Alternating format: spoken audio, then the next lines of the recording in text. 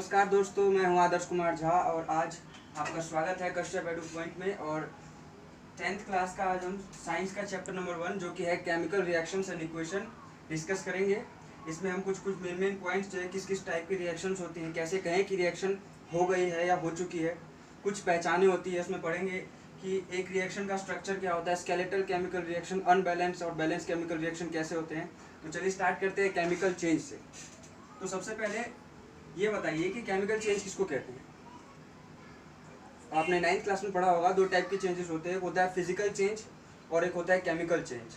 जब किसी सब्सटेंस के स्टेट में चेंज आए, यानी कि पहले सॉलिड फिर लिक्विड बन गया, फिर गैस बन गया, गैस से सॉलिड, गैस से लिक्विड, इस तरीके से अगर आपस में स्टेट का चेंज हो रहा है तो हम कहते हैं कि फिजिकल चेंज आया है। लेकिन हम ये कब कहें कि केमिकल चेंज आया है?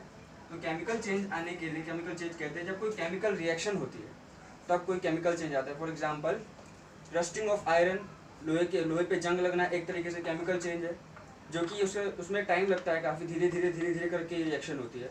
और भी कई एग्जांपल है, रेस्पिरेशन का एग्जांपल है, ये भी एक केमिकल रिएक्शन है, ये भी एक केमिकल चेंज है। आपने छोटी क्लास में पढ़ा होगा, वैसे छोटी क्लास में छोटे लेवल पर पढ़ा होगा आपने कि ग्लूकोज का ब्रेकडाउन होता है एनर्जी का और H2O रिलीज होता है, ये आपने पढ़ा होगा। तो चलिए स्टार्ट करते हैं केमिकल चेंज से। तो केमिकल चेंज होता है कब?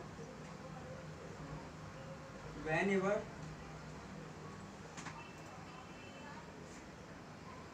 a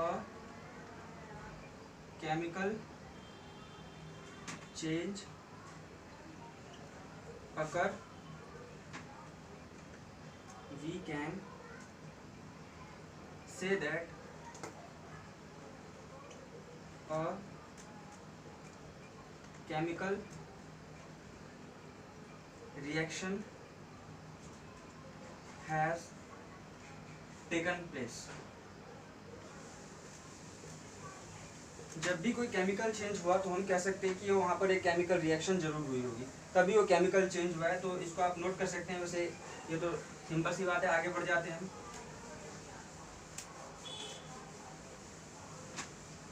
डेली लाइफ आपको बता ही दिया, रस्टिंग ऑफ आयरन हो गया, रेस्पिरेशन की प्रक्रिया हो गई, इसमें केमिकल रिएक्शन होती है और केमिकल चेंज होता है। आगे आपको सबसे पहले बता दें कि केमिकल इक्वेशन क्या होता है।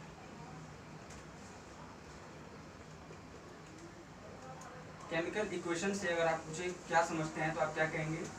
केमिकल इक्वेशन जो होता है किसी भी रिएक्शन का शॉर्टेस्ट रिप्रेजेंटेशन। अगर कोई केमिकल रिएक्शन हो रही है तो उसको छोटे से छोटे में कैसा दिखाया जाए, उसका शॉर्टेस्ट तरीका क्या है? शॉर्टेस्ट रिप्रेजेंटेशन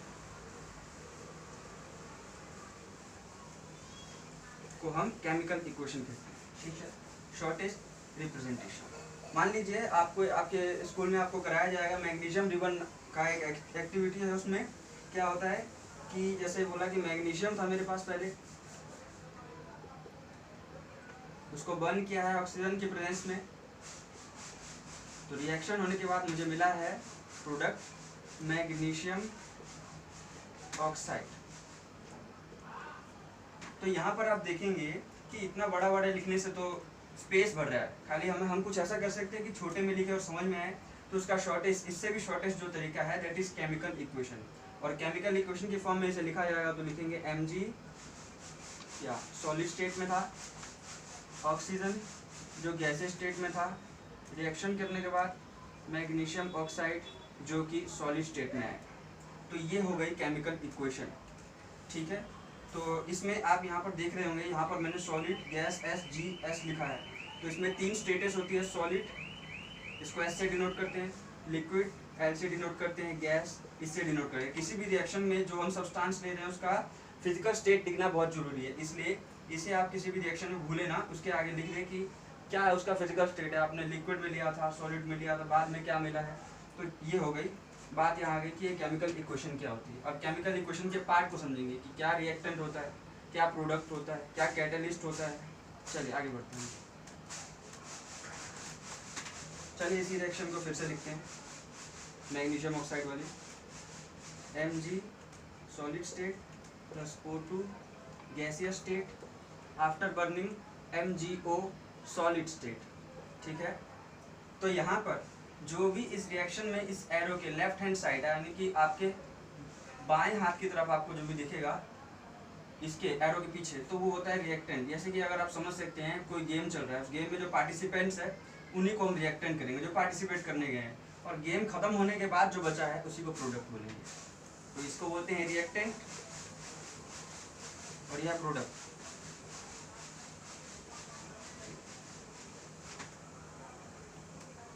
प्रोडक्ट तो ये बात होगी रिएक्टेंट और प्रोडक्ट की। उसके बाद बात आती है स्केलेटल केमिकल रिएक्शन किसे कहते हैं। स्केलेटल केमिकल रिएक्शन क्या होता है? स्केलेटल केमिकल रिएक्शन, तो यहाँ पर आप ध्यान देंगे कि यहाँ पर मैग्नीशियम का जो एटम है वो एक है और यहाँ पर एक है, लेकिन यहाँ पर ऑक्सीजन का एटम 2 है और वहाँ पर 1 है। तो एक तरीके से जितना इधर है उतना उधर होना चाहिए, लेकिन क्यों होना चाहिए?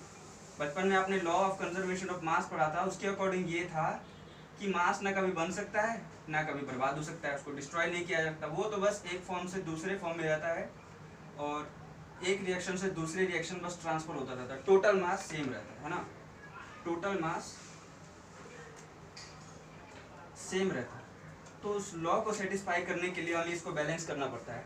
और स्केलेटल केमिकल रिएक्शन जो भी होता है वो होता है अनबैलेंस्ड, पहले से बैलेंस नहीं होता, उसको बैलेंस किया जाता है। ठीक है, तो यहाँ तक आपको बात समझ में आई केमिकल रिएक्शन क्या होता है, रिएक्टेंट क्या होता है, स्केलेटल केमिकल